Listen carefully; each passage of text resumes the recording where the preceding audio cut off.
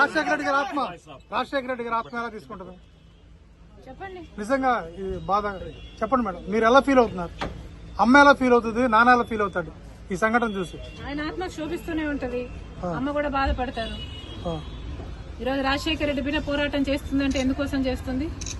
ఆంధ్ర రాష్ట్రంలో బిడ్డలకు ఉద్యోగాలు రావట్లేదని పోరాటం చేస్తే కనీసం సెక్రటేరియట్ లో రిప్రజెంటేషన్ ఇవ్వడానికి కూడా ఈరోజు హక్కు లేదు, మాట్లాడడానికి స్వేచ్ఛ లేదు, జర్నలిస్ట్ రాయాలన్నా కొట్లాడాలన్నా స్వేచ్ఛ లేదు.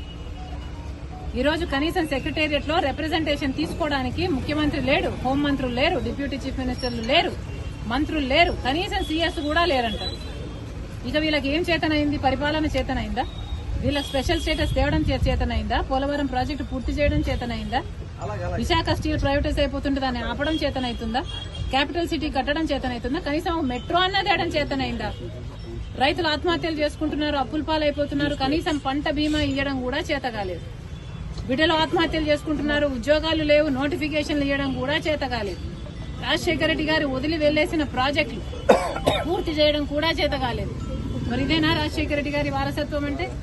ఆలోచన చేయాలి. ప్రజల కోసం కొట్లాడుతున్నాం మేము ఈరోజు కనీసం కనికరం లేకుండా, మహిళలను చూడకుండా రాత్రి నన్ను పార్టీ ఆఫీస్ లోనే ఉండేటట్టు చేశారు. ఇది పాపం కదా? ఒక ఆడపిల్లని ఇలా చేయడం పాపం కదా? పాపమే. ఆంధ్ర రాష్ట్ర ప్రజలకు, ఆంధ్ర రాష్ట్ర యువతకు చేస్తున్నది వీళ్ళు పాపమే. ముఖ్యంగా ప్రతిపక్షాలు, జర్నలిస్టులు ఇంతగా కొట్లాడుతున్నా కూడా కొట్లాడ కనీసం వీళ్ళ చిత్తశుద్ధిని కూడా ఈ రోజు గౌరవించకుండా ఈ రోజు ఇట్లా గాయపరిచి. మేడం, మీ ఆర్కే గారు మళ్ళీ జాయిన్ అయ్యారు మంగళగిరిలో. అబౌట్ స్టూడెంట్స్ ఈ రోజు యువత గురించి మాట్లాడదాం. రేపు రండి, రేపు అడగండి, రేపు చెప్తాం. కానీ ఈ రోజు 2,30,000 ఉద్యోగాలు ఇస్తామని చెప్పి ఇయ్యలేదు, జాబ్ క్యాలెండర్ ఇస్తామని చెప్పి ఇయ్యలేదు, 23,000 మెగా డిఎస్సీ అని చెప్పి ఈ రోజు దగా డిఎస్సీ 6,000 ఇచ్చారు. అది కూడా 20